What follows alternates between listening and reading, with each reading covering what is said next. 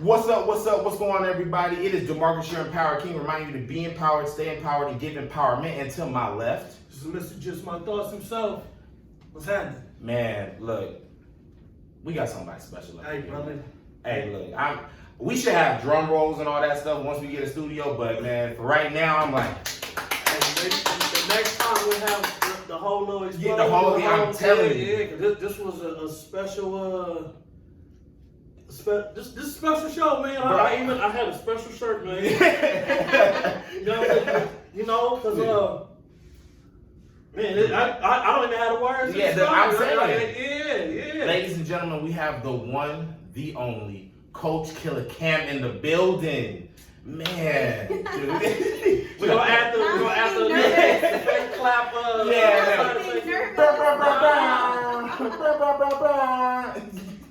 Yo, man, no, we are super excited to have you in here. Like, my gosh, like, honestly, when Dee told me, and the funny thing is that I don't know if he told you, but we were talking about you the week prior before, I think, when she hit you up, right?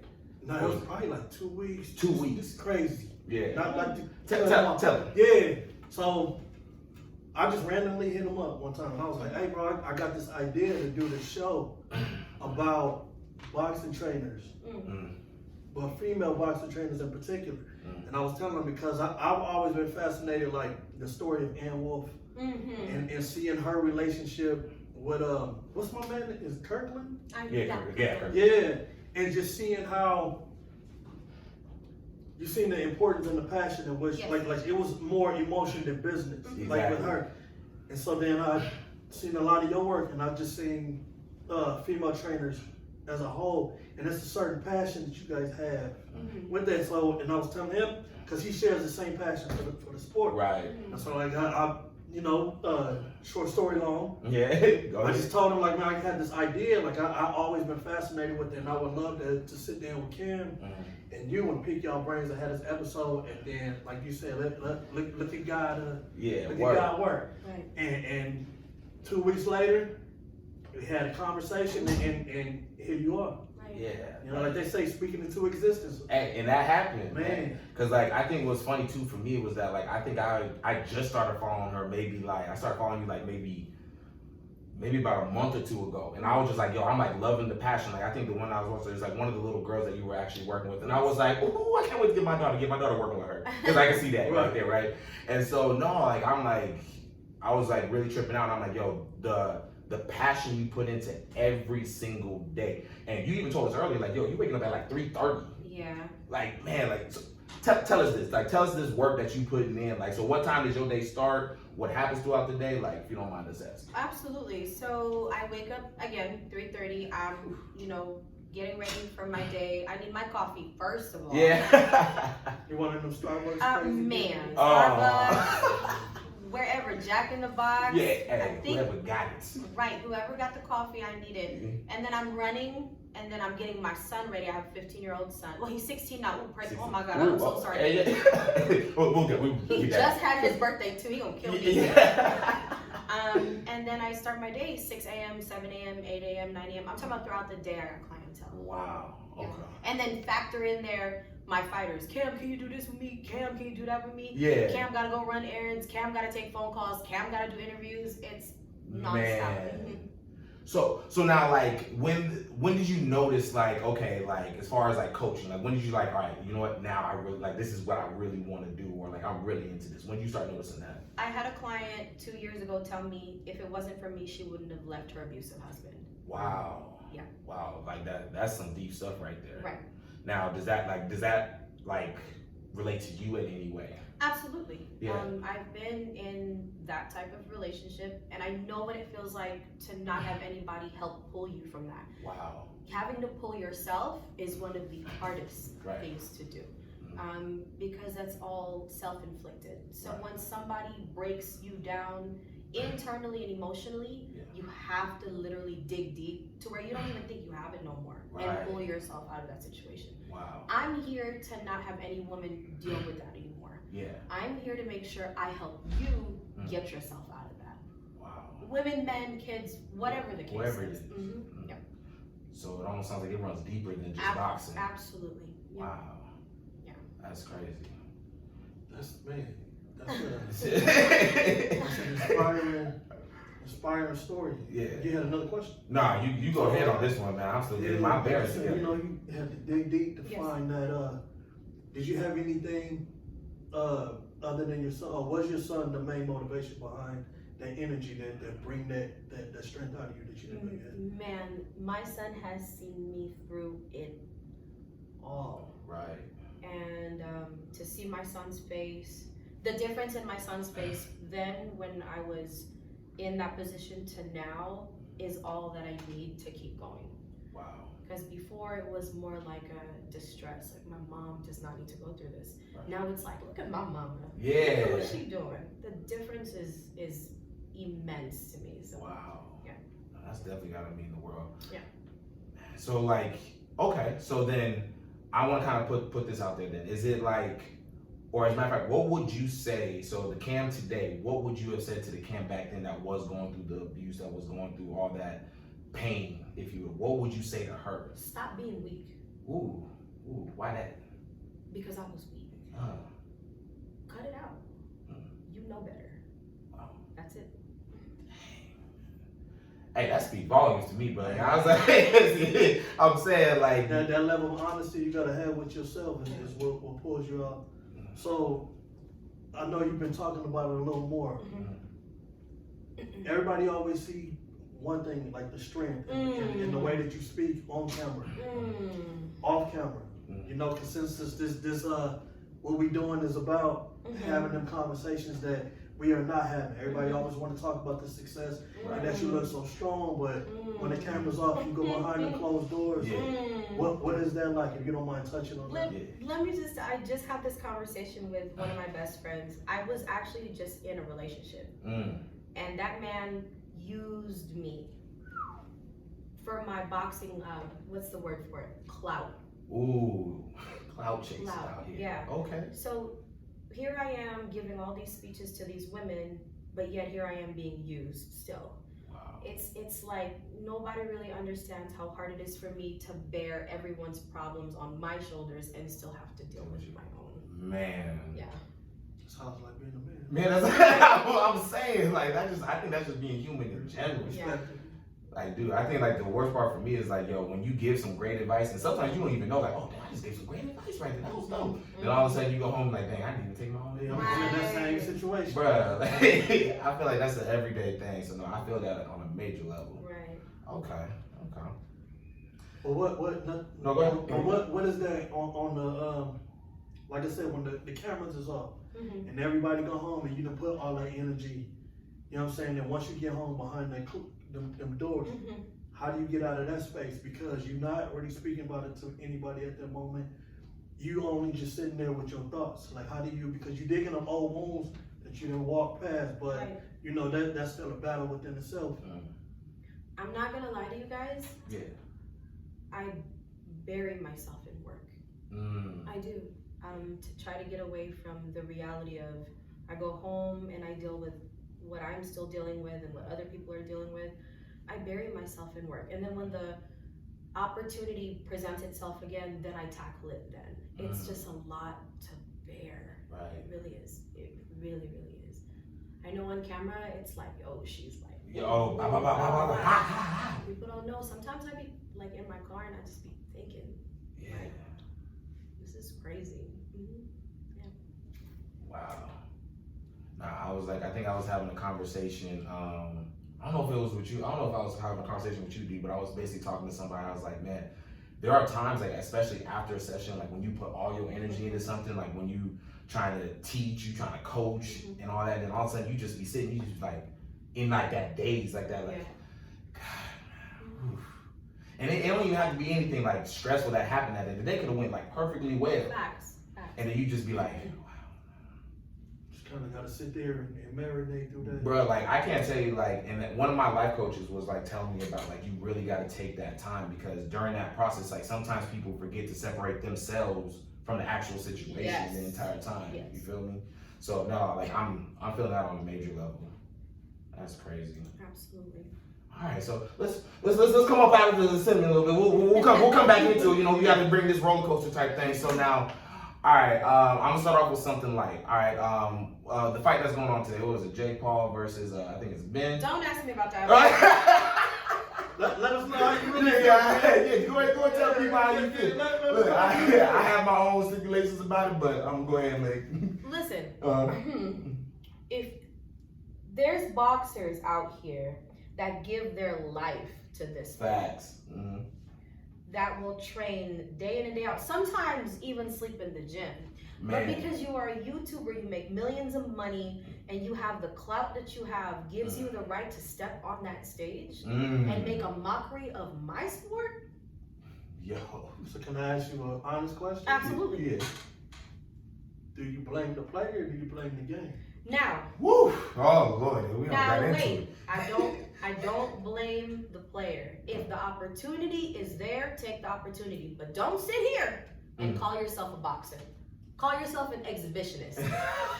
Or just a fighter? No, you ain't Not fighting even for a fighter? nothing. Not even a fighter? You've never had to fight for a damn thing a day in your life. But Wow. to probably ask your mama for your bank account statement. But wait, I do want to say this. I like it. Those boys do train very hard. Yeah. Especially his older brother, because my fighter trains with his older brother. Really? His older brother, Angel. Oh, he spars him, Logan Paul. Yeah. And he's getting better and better by the day. I ain't gonna lie to you. Yeah. Now his little brother, he can kiss my ass. Yeah. Wait, so what is it? So Logan, is it Logan or Paul? No. Jake Paul is a little brother. Jake Paul's little brother. Logan Paul is the older brother. Got you. So what's the younger one doing? Is he like? He beating up NBA players. Well, he the one who fought Nate. Yeah, he's the one who fought Nate. Yeah. Yeah. One of them. One of them. Even that situation, did you think? In my opinion, it was overly exaggerated because again, they're not fighters, they're not boxers. Nate Robinson getting knocked out by this dude. The fact that on the magnitude that they put it on. Listen to this though. Just imagine somebody like Jake Paul doesn't know how to really control his power, and he hurts Nate Robinson, and he kills him in that ring. That's the thing that these YouTubers don't understand. This game is not to be played with. Right. Coaches like me train our kids and our guys to go in there and come out alive. Exactly. So you gonna exhibition a fight because of money? What happens if somebody dies in that ring? Then what? Yeah, what's the narrative behind that? Right. No, I mean, in all honesty, I've had this conversation with several people, being in the boxing gym that I have. I'm like, okay, I'm not a Logan Paul or Jake Paul fan, but I'm almost on the side of like, this is what the game has brought about. Absolutely. We remember what the fighters did way back then, where you can fight, you can have 50 fights in a year. Now it's like, you have 18 fights within maybe 4 or 5, if that, right? So the idea is that this is what the game has brought about. The more clout that you have in this is where the money is actually going to be. And I think even Floyd Mayweather even had an interview not too long ago when he was saying like, yo, you look at Tyson Fury and all the people he has versus Logan Paul. Yeah, I'm gonna fight a Logan Paul because it makes more sense. Less chances of me getting hurt, and then of course making more money. Right. So I'm like, as much as I do not like what they're doing, the audience that they bring, I have never seen this many people actually wanting to box now all of a sudden. Right. Like you got Errol Spence, who's a skilled boxer. You got Tank, who's an explosive boxer. Then you got these two who generate millions, and it's like, what? Yeah. And I think it's like, maybe, and I don't know, like maybe it was like something that back then it's just like people didn't learn to appreciate. Either people didn't learn to appreciate boxing, or boxing wasn't able to develop with the times that it's currently at. I absolutely agree with you. Yeah. But I mean, it's like a mockery of everything now. So when you say adjust with the times, what do you mean? More commercial? It is more commercial now. Because it's more about marketable the bag now. Yeah, because you got, now imagine the audience that these two white boys have. They got all the white girls, oh man, all the overseas little middle girls. school kids, yeah, like losing their minds, don't know a lick about boxing. Yeah. They just see him knock Nate Robinson out and everybody losing their minds. Yes. You know, they don't know the backstory behind all of this. So. Man, commercial. Yeah, if you say commercial, yeah, I would definitely say commercial. I think boxing is now, and I think this is the hardest part, is that for me, boxing has been one of those traditional sports that like just didn't really change, but is always relevant. Like it's always going to be there. If you saw, like when we saw Roy Jones and Mike Tyson on the card, we're just like, oh snap, really? Like those who really enjoyed that, like just seeing two names. I'm not saying that I wanted to. Y'all see the enjoyed fight. that? I enjoyed the names. Yeah, he said he didn't want it. I enjoyed the names. I did too. Yeah, I enjoyed the names more so than the fight. Yeah, like oh my gosh, Roy Jones. Yeah, like hey, so my 2 uncles at a barbecue. Yeah, like I'm not looking for who's winning and who's losing. Right. My thing is like I just like the name. Right? It makes me go back to YouTube and start watching footage all over again. Like I'm like, yo, oh man, when he was doing this, oh that was beautiful. And so that's where I'm like, okay, now this is where boxing is basically heading to, where if it's not a name, if that name isn't strong enough, no one's gonna want to watch it anymore. And that's what Logan Paul and I feel Jake Paul are really bringing to the stage right now, which sucks. But at the same time, I do believe if people know how to use it right, this can be one of the best times boxing has ever had, because now we actually have eyes on us. Absolutely. Well, but as far as what though? What do you mean? You said the best it's ever had, like as far as business wise or all around, audience wise. She got students right now, right? Some that are licking to get their chance, right? And now that we got eyes on us a lot more, so let's say that one of her cats was about to actually face off against a Jake Paul, Logan Paul, or some of these YouTubers. We already know they're gonna get their ass kicked. But it's the fact that like, yo, now there's a name behind it. Now we can start to get it clicking from there. Because now once we start knowing their boy's name, now it's like, oh dang, you see what they did to Logan Paul? I want to see their next fight. You know what I'm saying? So it gives the opportunity if it's actually to pave the way for the new, for some that new part. Yeah. Why do you think you don't see more women doing the same thing? Because it's not as exciting. It's not as exciting. So again, it goes back to me being a woman coach. Nobody takes one look at me and goes, oh, she's a boxing coach, just because of how I look. Now it's exciting when I look the way that I do and I'm throwing hands with these big old dudes.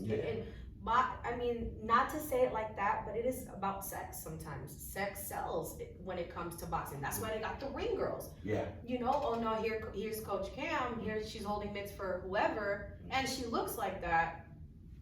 Why wouldn't we watch her? You know what I'm saying? With the women, they want you to look a certain kind of way and beat each other up at the same time, but Clarissa, she don't look like that. But she's one hell of a fighter. Bruh. She's one hell of a fighter. Bruh. You know? It's just the semantics of it, it makes me sick, actually. So. All right, so shooting from the hip, like how do you like actually feel about this narrative? Like what do you actually feel? Not like the political way of saying it. How does Kammmm actually feel about honestly women being subjected in this type of sport? I hate that shit. Like, don't subject me. I can hold mitts better than any man out there. And I say that with full confidence. I'm 5 foot. If I'm holding mitts better than you and you 6'1", and you can't even move the way that I do, you gotta be ashamed of yourself. And that's a fact. And I know you see my videos. These big dudes is hitting me with these mitts and I'm moving them and I'm just step your game up. Yeah. I love the bravado, bro. I love that. But that's the attitude. I have to have it. Because once you don't, you get stepped on in this game. A shark will eat you alive. Boxing is a dog eat dog, bro. I'm telling you. No problems. Man. All right, cool. So seeing is that, you know, as soon as they see you, the first thing they look at is looks. And so, of course, you know, they underestimate what you bring. Does that give you an edge? Like when you walk up in there, like just keep watching. Oh, it makes me so happy. Yeah. Please underestimate me. That's all I gotta say to that. And then once they see me work, they're like, oh shit. I'm like, yeah, oh shit. Yeah. Now you wanna do mitts or what? Yeah. Man, that is dope. So, now, outside of boxing, what do you find the toughest thing to actually be dealing with? Outside of the sport of boxing, when you're outside of the gym, or with your schedule, whenever you have some time outside the gym, what do you find the toughest thing to deal with, like being in society or just in public, period? Raising a black man. Raising a black man. Yo, actually, this is good right here. Yo, hey, y'all gonna have to tune into part 2 on this one right here. Y'all have to tune into part 2. Because I actually we gonna save that one, all right? Okay. So yo, this is the Marcus Your Empowered King. You can find me on IG at IAM_empowered_the man, I don't messed up. You know the line, man. You already been watching. I am the Empowered King. You find me on IG and to my left. Mr. Just My Thoughts himself, you know what's up. And our special guest. Coach Kamm. Yo, all right, y'all tune in to part 2. Yeah, that'd be a good clip note.